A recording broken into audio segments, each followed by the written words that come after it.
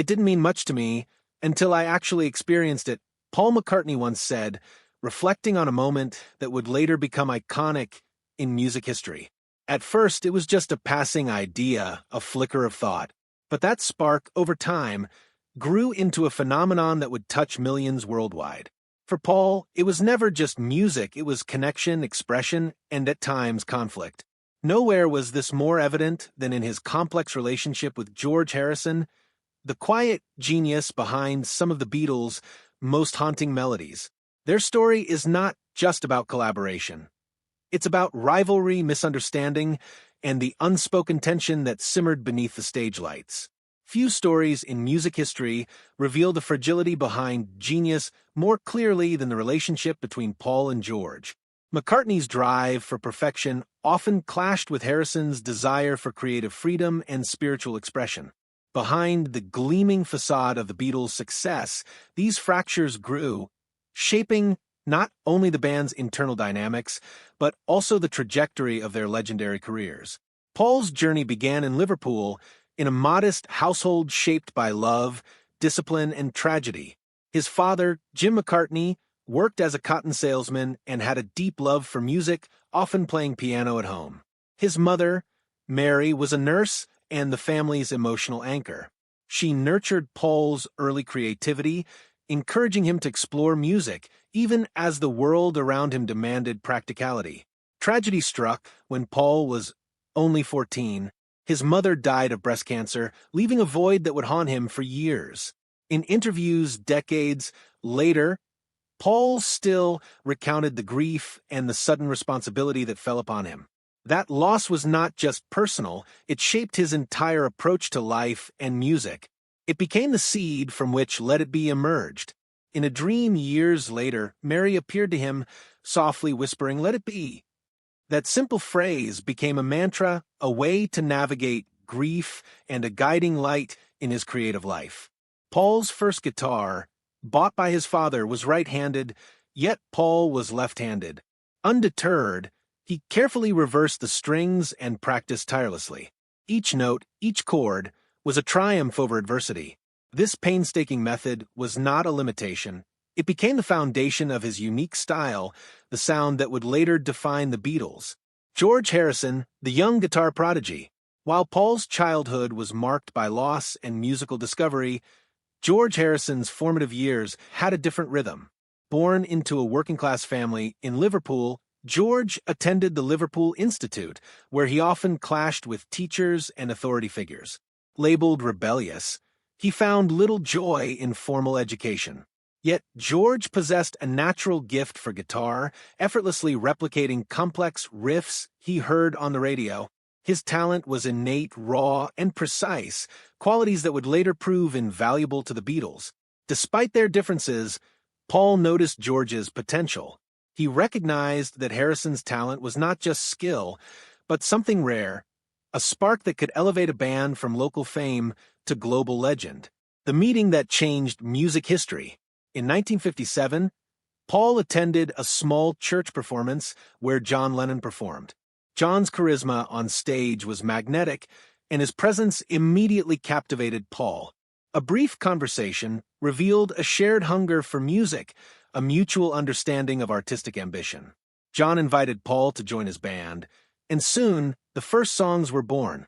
This collaboration marked the genesis of the Beatles. George Harrison entered the picture shortly thereafter. Paul knew him from school, and he quickly saw the potential for a new creative dynamic. George auditioned for John and impressed him with flawless riffs, earning his place in what was now no longer just a local band, but a budding musical revolution.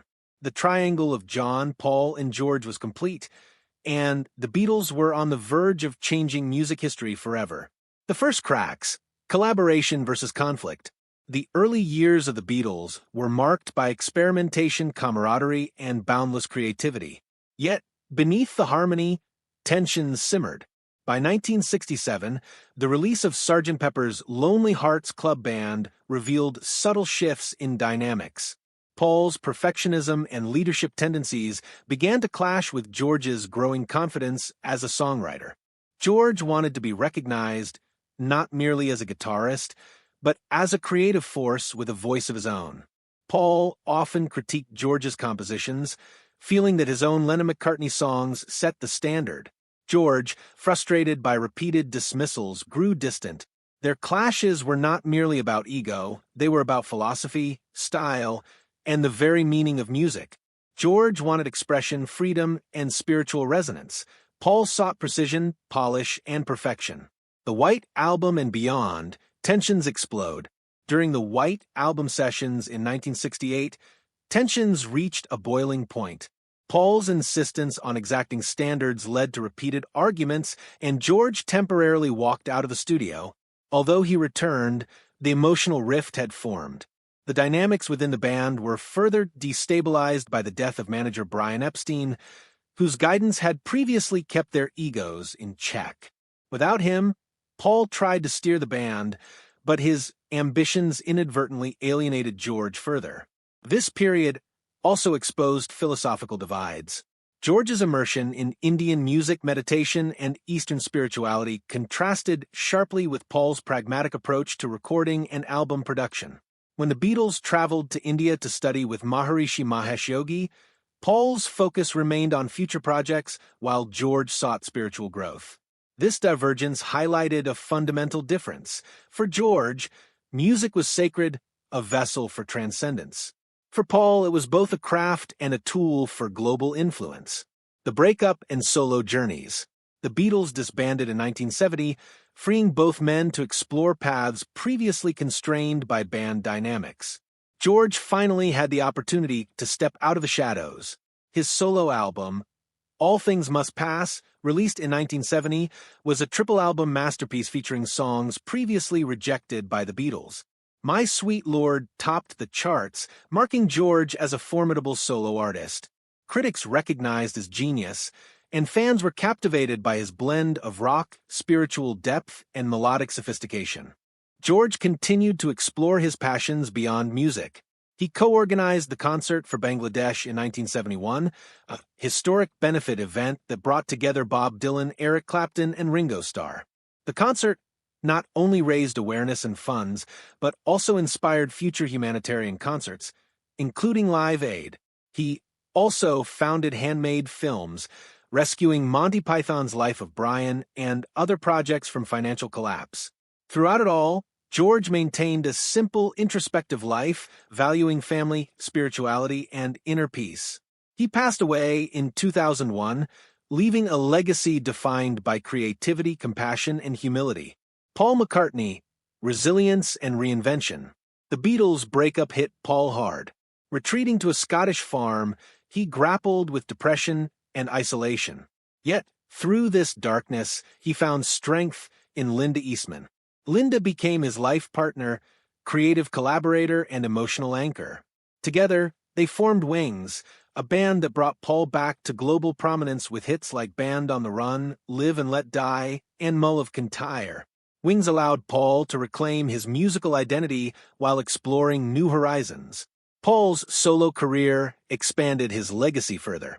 Collaborations with Stevie Wonder, Ebony and Ivory, and Michael Jackson, Say, produced iconic hits that transcended generations. Beyond music, he became an advocate for humanitarian causes, including animal rights, anti-landmine campaigns, and music education. Despite professional success, Paul's personal life was turbulent. Linda's death in 1998 brought profound grief, followed by a high-profile divorce from Heather Mills. Eventually, he found peace with Nancy Shevell, marrying in 2011 and reclaiming a sense of personal stability.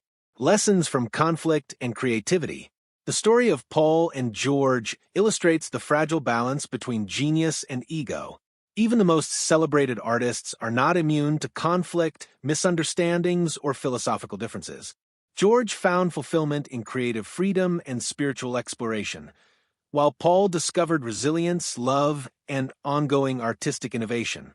Together and apart, they demonstrated that talent alone is not enough. Vision, empathy, and personal growth are equally essential.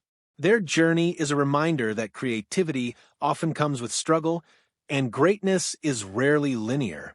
Behind the music, beyond the applause, and away from the fame, Paul and George's lives reveal the unseen battles that shape not only art, but the artists themselves.